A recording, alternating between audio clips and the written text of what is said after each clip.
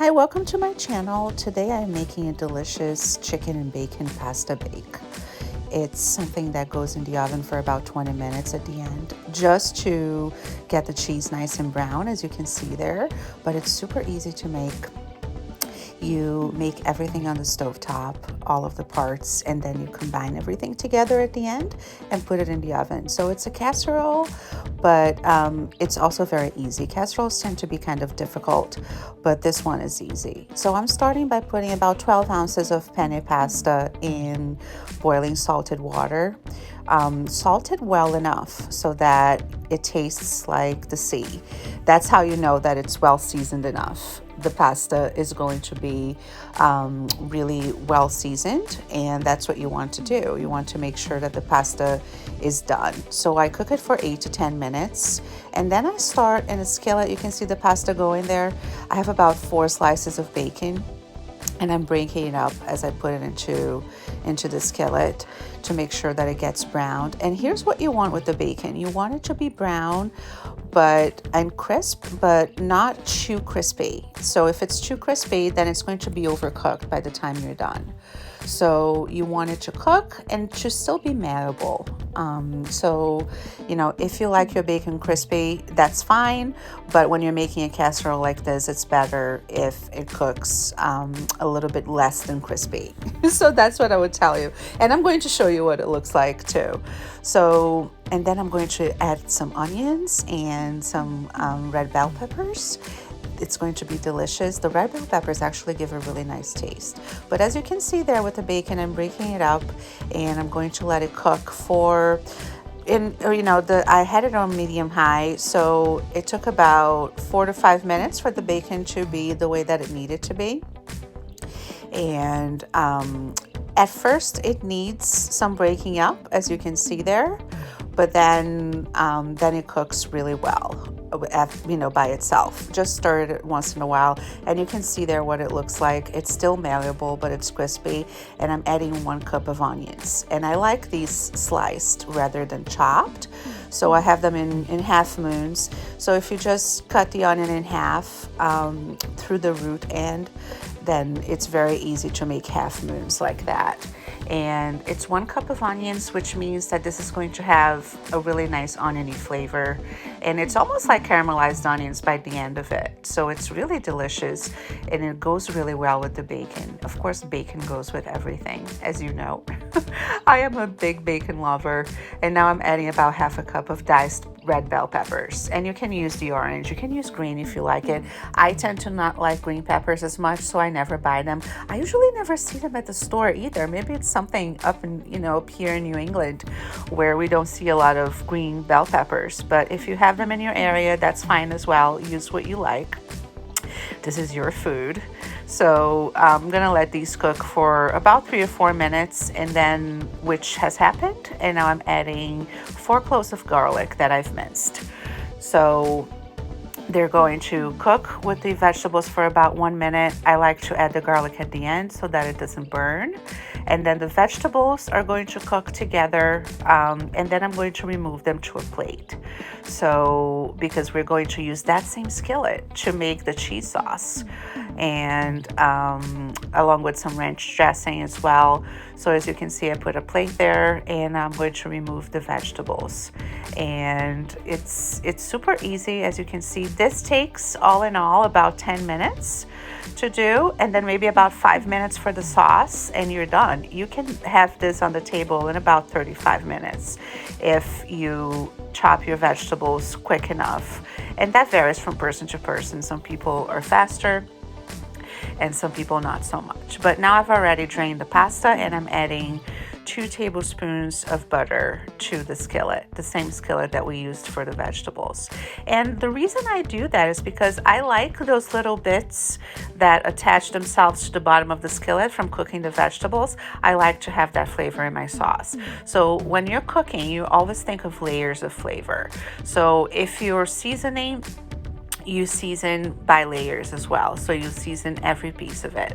I didn't add salt and pepper to the bacon and vegetables because the bacon is pretty salty, but I tend to add, layers of seasoning to my dishes, and that makes it really really easy, so that the food is seasoned at the end and it's not just salty. That's really important. So I'm melting the butter all the way there, and I have it over medium heat, medium high heat there, and then I'm going to add 3 tablespoons of flour with a whisk. So you're going to whisk that and let it cook for about 1 to 2 minutes, maybe 1 minute. It depends on how high your flame is or your burner is. So I let it cook for, could even be 30 seconds. What you want to do is that you want to get rid of that floury taste. So that's why you brown it. But here's the thing, the longer you brown flour with butter, the less thickening power it's going to have. So that's why you don't do it for a very long time. So that's why when you're making a roux, you cook the flour for a minute, maybe 2, because it loses its thickening power as it gets more cooked with the fat in this beginning stage. So that's why, I'm only taking maybe about a minute there. And then I'm going to add 1 cup of chicken broth, which makes it delicious. Some people make a white sauce with only milk or only milk and cream. I like to add half chicken broth to season it more, and then it turns into a delicious sauce. And now I'm adding 1 cup of half and half. So you can use a mixture of milk and cream, and I have to get a hold of that skillet there. So you can use half milk, half whole milk, and half cream, or you can use half and half, or you can use all whole milk. If you use 2% because that's what you drink and that's what you use, that's fine as well. It just won't be as rich a sauce as if you used half and half, but that's fine too. It's going to thicken the same way because the thickening power comes from the flour, not from the dairy that you use. So I'm able to whisk that in. Make sure you break up any lumps, because when you add liquid to the flour and butter, you are going to have some lumps at first, but you bring that up to a boil and then let it cook for a few minutes. And then at the end, you're just going to add, the cheese and the dressing, the ranch dressing to this, and then the vegetables and a couple of chicken breasts that I cut up that I had left over. That's why, if you use a rotisserie chicken from the grocery store, let's say that, you need to cook for a lot of people one night, you're coming home from work, you just stop at the grocery store, pick up a rotisserie chicken, and then shred it and make this dish. You can double this. I'm going to give you the recipe for 4 people. It can be easily doubled. So you can serve 8 people very easily making this dish. Now I'm lowering the heat and I'm going to let this simmer for a bit. And then it's going to thicken a little bit. It's going to be delicious. And I'm adding half a cup of Parmesan cheese, which makes it delicious. You could also use pecorino. Pecorino cheese is a little sharper, and I'm adding about half a cup of ranch dressing as well. So this is a delicious casserole, and the sauce is very well seasoned. That's one of the good things about subbing out half of the dairy for the chicken stock. It makes a delicious sauce. So as you can see, it's thickened. It's coating my spoon really well, and it's exactly the way that it needs to be. And I already have the pasta drained. I'm going to take it off the heat now. And now I turn the heat off. You can see there on the screen, and I'm adding the reserved drained pasta. I'm using penne pasta today, but you can make this with any short pasta. Even spaghetti, you can make a spaghetti chicken bake with this as well. So use what you have. Recipes are a guideline. They don't need to be written in stone when you're cooking. And now I'm adding 2 chicken breasts that I've diced up. And I had these in the fridge from another dish that I made earlier in the week. So see why you need a large skillet to start with, because you toss it all together in the skillet. You don't have to transfer it to a bowl and then mix it up. I hate it when recipes do that. They say, oh, add the sauce to a bowl and add this to a bowl. And I'm like, no, I don't want that many dishes. I'm going to start with a large enough pan or a large enough skillet, and that's what I'm going to do. I'm going to toss it all together and make my life easy later. Usually the person who cooks doesn't have to do the dishes, but if it's not like that at your house, then you'll be the one stuck doing dishes. So make your life easy. Start with a big enough pot or a big enough skillet, and you won't have to worry. You toss it all together.